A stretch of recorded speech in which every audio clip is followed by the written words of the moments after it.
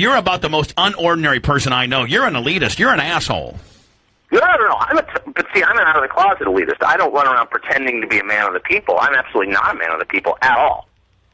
How do you pay your bills? Well, I'm like extraordinarily loaded just from like money I, inherited. You're a trust fund baby, are you not? No, completely. I've never needed to work. I mean, it's all just the whole cable news thing. It was like a phase I was going through. Video, I will document the many connections Tucker Carlson has to the CIA and other groups.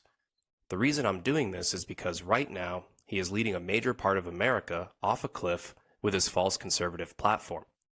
He rages about the elite and how America seems to be going down the drain when he himself couldn't be more connected to these same elites helping to do it. He is a total shill, a puppet being used to distribute propaganda.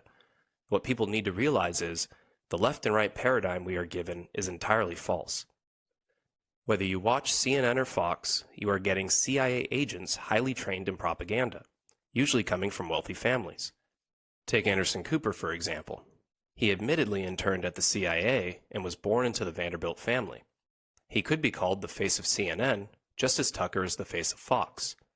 Follow me as I take you through his career and document his highly suspect rise in journalism. Don't forget to take notes and research these things yourself.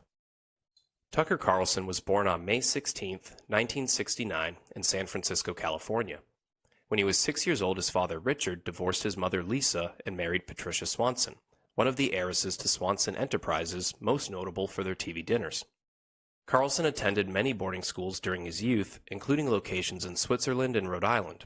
He graduated from Trinity College in Connecticut in 1991, which is known as one of the Little Ivies, which are a group of private schools which compete with Ivy League schools. Supposedly, Tucker attempted to join the CIA when he graduated, but his application was denied.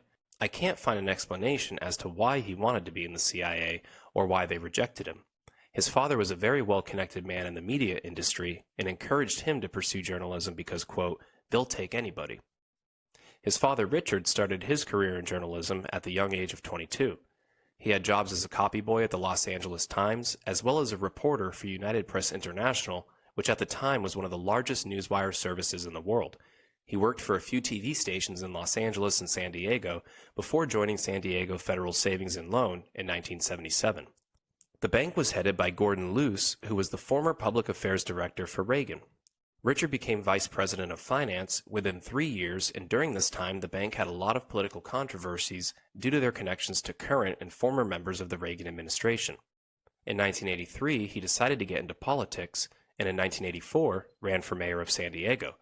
He lost to his opponent Roger Hedgecock, who was later forced from office in 1985 after it was revealed he received over $350,000 illegally during his campaign. Coincidentally, he would also go on to become a conservative radio host. In 1986, using his connections to the White House, Reagan personally announced his intention to nominate Richard as Associate Director of the United States Information Agency. He became Director of Voice of America, which was a propaganda broadcasting division of USIA. He served as their longest-running director. Voice of America started in 1941 when President Roosevelt established the Foreign Broadcast Information Service as a program directed by the Office of Strategic Services, which became the CIA. The intention stated publicly was to communicate America's views abroad, but it was really an outfit to disseminate propaganda. The first few broadcasts for Voice of America were done over British Broadcasting Corporation transmitters, but expanded rapidly and fell under control of the Office of War Information in 1942. The Office of War Information was tasked with creating and distributing propaganda domestically and internationally. They did this through various means such as broadcasts, newspapers, posters, films, and other media. The agency was terminated by President Truman in 1945, and their offices were transferred to the State Department, and most of the responsibilities were transferred to the CIA. It should also be noted that a Voice of America relay station in Thailand was used as a CIA black site referred to as Cat's Eye or Detention Site Green. These overlaps and connections between Voice of America and the CIA should not be glossed over. In 1991, Richard Carlson was personally nominated by President George H.W. Bush to be the U.S. ambassador to the Seychelles, a nation of islands off the eastern coast of Africa. In 1997, he became CEO of King World Public Television, which was later purchased by CBS in 1999 for $2.5 billion. He became the vice chairman of the Foundation for the Defense of Democracies which is an organization that is part of the Israel lobby in the United States. It was founded by Clifford May, who was also a member of the Council on Foreign Relations, the Project for the New American Century, and vice chairman of the Republican Jewish Coalition. Now, you're starting to see that it was no mistake Tucker wanted to join the CIA and become a journalist, like father, like son. Tucker Carlson got his start in journalism when he was hired as a fact-checker for Policy Review. This was a publication put out by the Heritage Foundation. The Heritage Foundation was founded in 1973 by three men: Paul Weyrich, a political activist and commentator; Edwin Fuellner, an academic who attended London School of Economics, which is a Rothschild-controlled school, and who was also advisor to different government agencies and domestic policy consultant to Reagan; and last but not least, Joseph Coors of the Coors Brewing family. In 1975, Congress investigated the activities of the Korean Central Intelligence Agency in the U.S. Mr. Fuellner had met with the KCIA station chief, Kim Young-hwan, and in the early 90s, the Heritage Foundation started receiving donations from the KCIA. It should also be noted that in 2005, Mr. Fuellner was appointed to a task force on UN reform, which included such people as former CIA Director James Woolsey, with the goal of achieving a more effective United Nations. The task force was also supported by the Council on Foreign Relations. In 1977, Paul Weyrich hired a man named Roger Pearson to write for Policy Review. In 1986, an intelligence agency watchdog publication called the Covert Action Quarterly documented Pearson's connections to James Jesus Angleton, who was the former chief of CIA counterintelligence, as well as Daniel Graham, former director of the Defense Intelligence Agency. The Heritage Foundation was largely funded by Joseph Coors through his family wealth, but it also received funding from Chase Manhattan Bank, Pfizer, Dow Chemical, Sears, General Motors, Amoco, and Mobil. David Rockefeller was CEO and chairman of Chase Manhattan Bank at the time. It should also be noted that David's grandfather, John D. Rockefeller, who started the Standard Oil Company, had to break it up due to antitrust laws, and Amoco, as well as Mobil, were once part of the company. John D. Rockefeller also donated the 16 acres of land upon which the United Nations headquarters sits in New York. In David Rockefeller's own memoirs, he is quoted as saying, "Some even believe we, the Rockefeller family, are part of a secret cabal working against the best interest of the United States, characterizing my family and me as internationalists, and of conspiring with others around the world to build a more integrated global political and economic structure. One world, if you will. If that's the charge, I stand guilty, and I am proud of it." He also funded and was chairman of the Council on Foreign Relations. A quick little fun fact: before the homosexual political commentator David Brock, founder of Media Matters for America, a leftist propaganda outlet which received funding from George Soros and given office space by alleged pedophile and human trafficker John Podesta, he was on the board of the Heritage Foundation. He supported Hillary Clinton for president twice, and dated James Alefantis, who has been accused of being a pedophile and human trafficker. He is also a friend of Lynn Rothschild. Lynn Rothschild supposedly abhors Trump and fawns over Clinton publicly, yet her and Trump go way back as well. Also, here's a photo of Trump laughing it up with Happy Rockefeller, wife of former Vice President and New York Governor Nelson Rockefeller. It's a great example to show you that these people are all liars and actors. They will fill whatever role they need to fill when they need to fill it. Sometimes that involves swinging to the total opposite side of the false paradigm politically if it's advantageous to the agenda of the elite. Pick your central banking puppet, left or right. It's all controlled, and these people are shameless whores. When Tucker Carlson left his job at Policy Review, he went to work for the Arkansas Democrat Gazette under the tutelage of editor Paul Greenberg. Mr. Greenberg was very well connected, having his pieces published across 1,400 different newspapers within the Tribune Content Agency syndicate at the time. He also won a Pulitzer Prize in 1969 and appeared on major television networks as a political commentator on talk shows such as Charlie Rose. Now, I can't actually prove that Mr. Greenberg was CIA, but when I started to look at a few publications he put out, it made me start to wonder. In one article entitled How to Break the CIA, published on JewishWorldReview.com September 2, 2009, he defends the CIA from what he believes to be unfair persecution.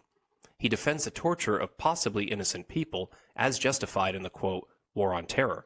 When referring to the torture of Khalid Sheikh Mohammed, he says, "Are we supposed to be sorry about that and proceed to punish those who uncovered these plans? On what theory? That no good deed for your country should go unpunished?" He also boo-hoos about the morale of the CIA and how investigations might increase their agents' anxiety. In another article by Mr. Greenberg entitled "Hooray for Snooping," published in the Arkansas Democrat-Gazette October 23, 2013, he talks about a national conference of editorial writers he attended in Calgary, Alberta in the 70s or 80s. In the article he says that, quote, "That year at Calgary, one solemn resolution proposed that we stop talking to the CIA, since a number of journalists abroad had been assassinated on the pretext that we were all CIA agents, capitalist spies, tools of imperialism, and, well, you know the rest. As if the killers were so lacking in imagination, they couldn't come up with some other excuse to do away with us if they hadn't invented this one. So there we were, an all too solemn convention assembled, First Amendment or no, debating whether we should gag ourselves. I dissented, being an American, and unaccustomed to being told whom I could talk to or not talk to. Memory grows furtive, but I believe the resolution was defeated. That it was ever considered was disgraceful enough. It occurs to some of us that, if the CIA and FBI and NSA had been allowed to talk even to each other before September 11, 2001, that date might not have become another one that will live in infamy. If only big data could have been mined back then the way it is now, the country might have been a lot safer, along with the thousands of innocent victims who found themselves in the Twin Towers that fateful day, and others rushing to their rescue as firefighters and cops, and the troops who were stationed at the Pentagon as airliners were turned into flaming engines of destruction, their passengers and crews wiped out, including those who, like the ones aboard Valiant Flight United 93, were the first to mount a counterattack against the terrorists in this still continuing war. It would seem Mr. Greenberg, a very well-connected columnist, was very sympathetic to the ambitions of the CIA for seemingly no reason. It should also be noted he was Jewish and a Zionist. When Tucker left the Arkansas Democrat-Gazette, he went to work for the Weekly Standard news magazine in 1995. It was founded by William Kristol and Fred Barnes. William Kristol is Jewish and the son of Irving Kristol, who's been described as, quote, the godfather of neoconservatism. Irving Kristol was also a member of the Council on Foreign Relations and worked for the Congress for Cultural Freedom. The Congress for Cultural Freedom was a group started by a Jewish CIA agent named Mikhail Jocelyn in 1950. It distributed anti-communist propaganda in 35 countries and published over 20 magazines.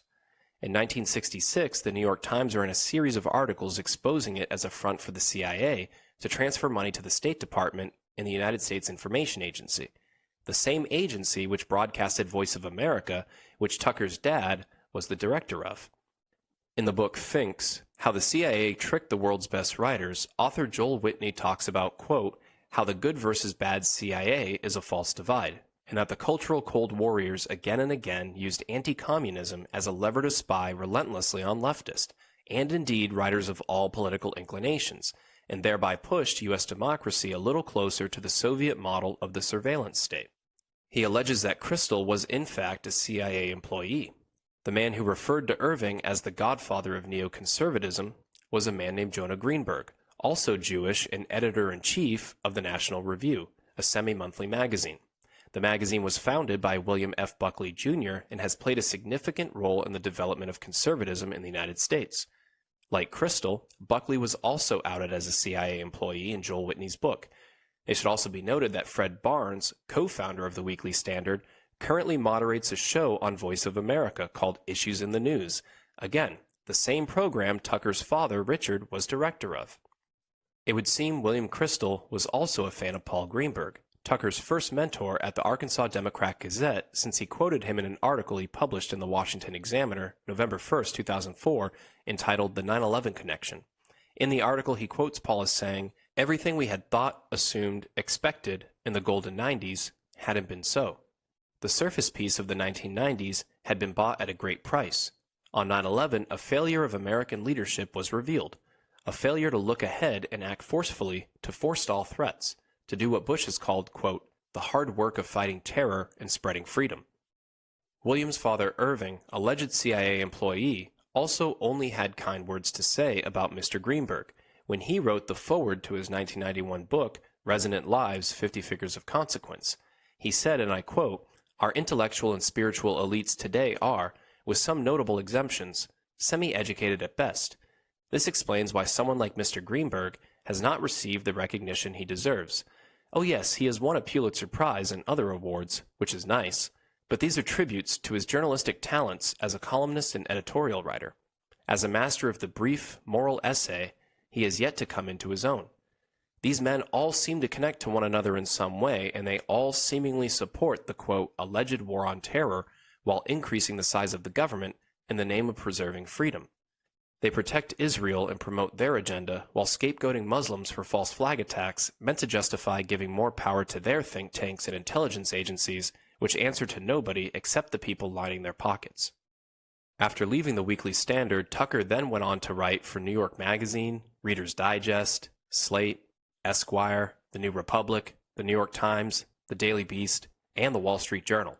He would also go to work on camera for CNN, PBS, and MSNBC before finally settling into his role at Fox News as the poster boy for conservative values. During those years, he also somehow found time to appear on shows like King of Queens, 30 Rock, and Dancing with the Stars. While he is now on Fox News as arguably their most popular personality, this wasn't his first tango with News Corporation, which owns Fox News. News Corporation, owned by Rupert Murdoch, also owned the Weekly Standard, where Tucker worked under Bill Kristol. News Corporation headquarters is located in none other than the Rockefeller Center complex in New York. Rupert Murdoch is also on the board of Genie Energy, an American energy company located out of New Jersey.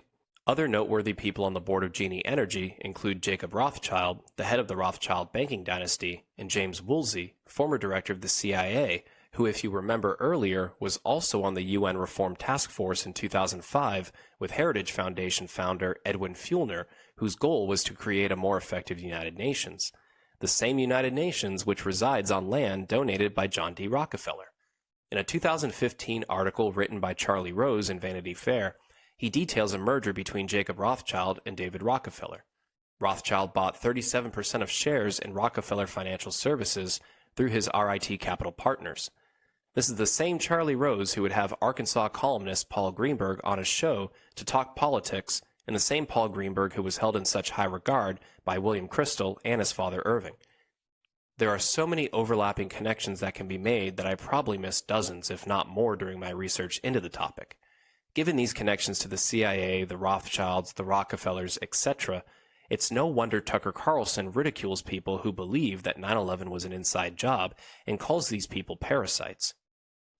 It's also no wonder Tucker Carlson won't seriously address the Rothschilds on his show, as his boss probably wouldn't be too happy, even though they have so much control and influence. Whenever people bring up legitimate issues, it's his job to mock them so his viewers won't get to the truth of the matter. Washington, D.C. experienced a mild snowfall last week. Luckily, City Councilman Trayon White was on it. He knows why it happened. Watch this. It just started snowing out of nowhere this morning, man.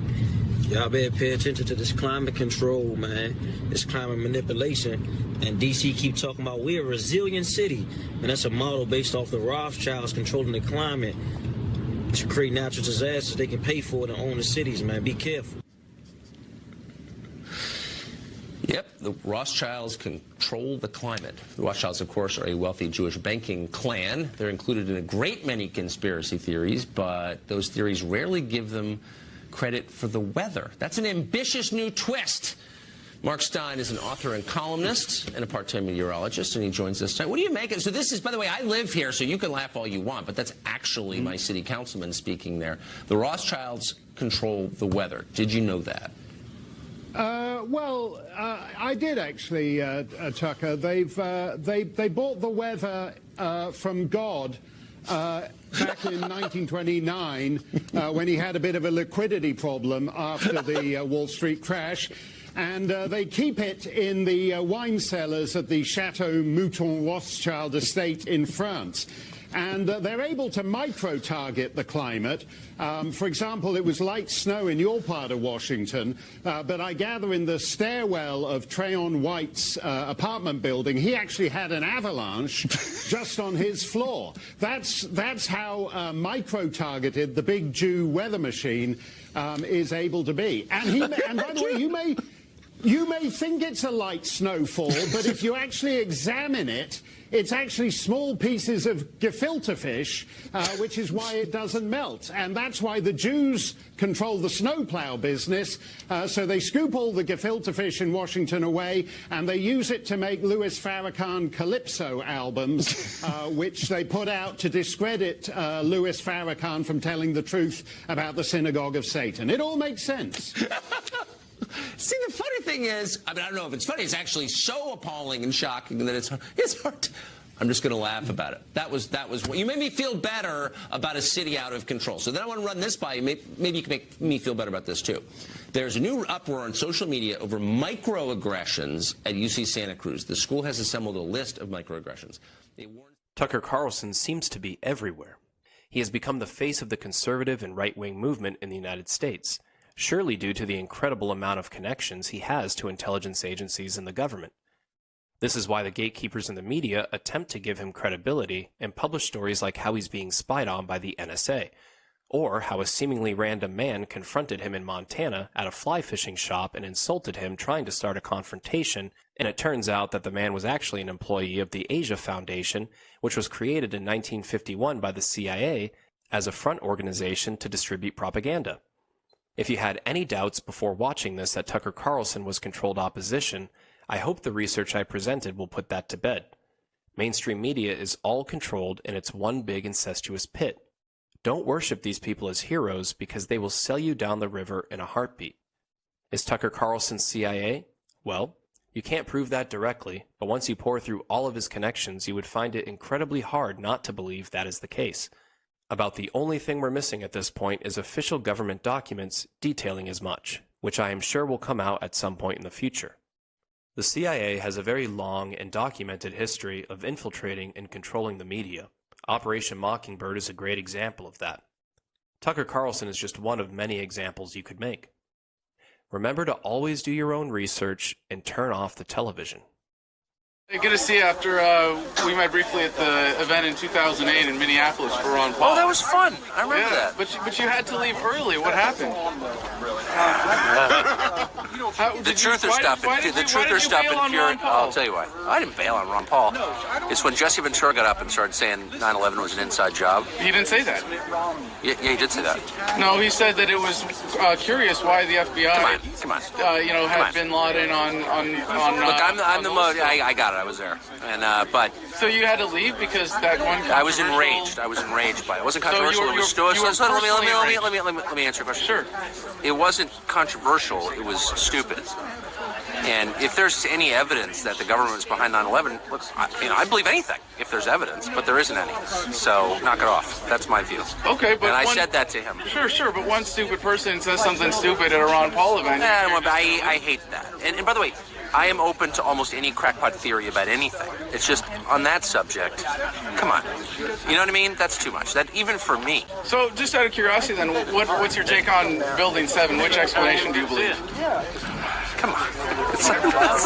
No, that's a serious question. Which explanation did it? Which explanation? I There's believe... two explanations. It was either it was pulled or it was isolated pockets of fire in the building that were sort of the towers coming down. That brought it down. This is a no-win conversation, so I'm not going to continue it. But let me just say one thing: my macro view is the obvious one, which is the buildings came down because a bunch of nutcases flew a plane into them. Okay, so are you still supporting Ron Paul? So, are you supporting anybody in the race this year? No, I don't support. I don't even You're vote an objective someone. journalist? I don't even vote someone. I'm hardly objective. I'm honest. I'm not objective. Certainly not afraid to speak your mind. No, I'm not. No, you can assess my views. They're very clear. You have any but message? I hate that 9/11 crap. Wish they just kick those people out. I mean, it was supposed to be the 93rd floor. Really?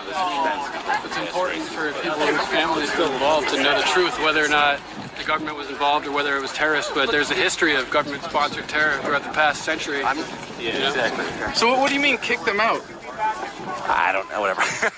Anybody who's a 9/11 truther should be kicked out of the country? No, of course not. I don't even believe in parking tickets. I mean, please. I just don't. I think that people, before saying something that heavy, ought to present real evidence and not just it's a coincidence or questions remain and dumb think Things like that. steel doesn't weaken until 2,400 degrees is evidence that jet fuel couldn't cause a collapse of the tower from being hit near the top. Except the thing is, it did. So that's the problem. Steel doesn't melt until 2,400 degrees. It didn't. I go back to our interventionist policies way back when we first funded Al Qaeda.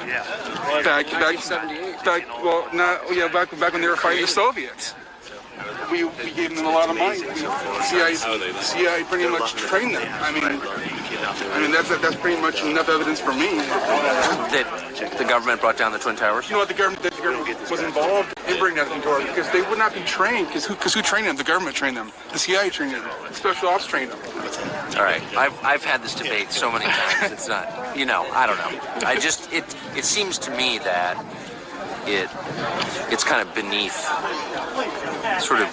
like adult discourse, even, really, I guess, and it definitely discredits otherwise good ideas. I just think that the implications, if the government was involved, the implications are so vast that it should be looked into whether or not it seems ridiculous. So for family members of the victims that are asking questions and want the evidence that's been withheld by the government released, you would say that they're less than adults somehow for wanting that I would say information? that parasites like you make it much worse for them. That's what I would say. I'm a parasite now?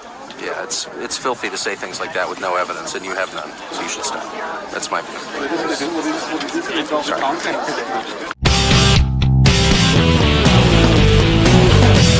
Welcome back. Millions of people watched the horror of 9/11 right before their very eyes, live on television. 2 planes crashing into the World Trade Center, and less than a couple of hours later, both towers, of course, collapsing. My next guest says that hijackers may not have brought down the towers by themselves. Here to explain his controversial theory, Stephen Jones. He's a professor of physics at Brigham Young University in Provo, Utah. Professor Jones, thanks for coming on. Sure, thanks, Tucker. Well, just sum up this, obviously, your theory, just the one sentence that I just explained in the intro, contradicts what we all think we know about how these towers collapsed. Quickly sum up your explanation for what happened. Well, I'd like to start with this paper that you referred to. It's available online. What I'm doing, Tucker, is presenting evidence but it's a hypothesis to be tested. That's a big difference from a conclusion, and so I just wanted to clarify that. But to sum up, I've looked at the official reports by FEMA and so on regarding the collapse of these buildings. Right. I'd like to look at the collapse of Building 7 in just a minute. It was not even hit by a jet, okay, so we should look at that one. The 2 towers, the explanation has been that the fire inside was so intense that it weakened the structural steel and that each floor collapsed down upon the next in a pancake fashion, and they imploded in on themselves. Is that essentially, I think, what people think? Yeah, that's basically it, yeah. And so what I've done is to analyze these reports. But I would like to do a little experiment with you, Tucker, if I could. I sent out a video clip of the collapse of Building 7, because most people haven't actually seen that one, and that's the crux of the argument that I'm presenting. Okay, sum up very quickly the argument for us. You believe there were explosives in the buildings planted by someone, detonated. Well, yeah. Is that correct? In other words, the hypothesis to be tested is there's 2 hypotheses here. One is fire and damage caused all 3 buildings to collapse. Okay. The other is that explosives in the buildings may have caused the collapse. And so then we analyze and see which fits the data better. And I've done that in my 25-page paper. I want to read you a quote from the Deseret Morning News, a paper in Utah from you. I'm quoting now. It is quite plausible that explosives were pre-planted in all 3 buildings and set off after the 2 plane crashes, which were actually a diversion tactic. Muslims are probably not to blame for bringing down the World Trade Center buildings after all. That's, I would think, pretty offensive to a lot of people listening. Do you have any evidence for that? I mean, well, not to the Muslims, I might say. Well, that's a good. I've had a lot of emails. I'm sure your writings have been greeted with glee in Islamabad and Peshawar and places like that. But for Americans, well, I haven't received any notes from there, but just good people. I have Muslim friends. Let me read, for example, but I'm not going to let you off the hook. I really want to do this experiment with you. Well, we don't have a lot of time for experiments, Professor, but if you could just give us one thing to hold on to. How you make these claims or appear to make these claims. Do you have any evidence that there were bombs in the building? Sure. Let's start with the collapse of Building 7. Can you roll the video clip that I sent to you? Okay, I'm not sure if we can, but to specify, that is World Trade Center building number 7. Try it. Smaller than the other two, was not hit by a plane, of course, yet it collapsed. Right. It's 47 stories. That's right. 24 steel columns in the center. Right.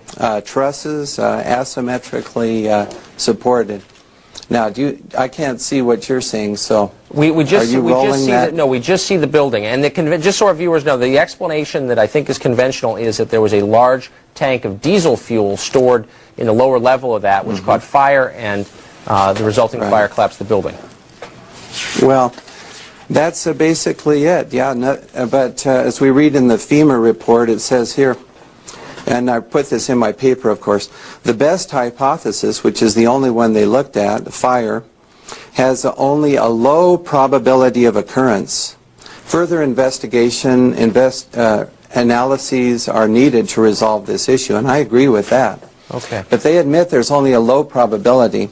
And if you look at the collapse, you see what I've studied is the fall time, the symmetry, the fact that it first dips in the middle, that's called the kink, which is very characteristic, of course, of controlled demolition. Professor, I am sorry that we are out of time, and I'm not sure that one other thing I want to mention about... Okay, if you can hit it, with it quickly. All right. Okay, here we go. Molten metal in the basements of all 3 buildings. Right. And yet all scientists now reasonably agree that the fires were not sufficiently hot to melt the steel. So what is this molten metal? It's a direct evidence for the use of high temperature explosives such as thermite. Thermite produces molten iron as an end product. Okay. So we do have... yeah, it's a very short time, but people will read the paper, then I talk about the molten metal, the symmetry of the collapse, and the weaknesses and inadequacies of the fire hypothesis. Professor, we're going to have to leave it to our viewers who are interested enough to follow up to do just that. We appreciate your coming on, even if I don't understand your theories. We appreciate you trying to explain them. Thanks. Okay. The Jews are what the New Testament of the Bible calls the synagogue of Satan, is conquering the world and ushering in the New World Order. The people wearing the Kabbalah string are non-Jews helping the Jews bring in the New World Order. The red string is a symbol to show the Jews that they are helping the Jews usher in the New World Order. The reason they do it is so that the Jews spare them from the mass depopulation that is happening.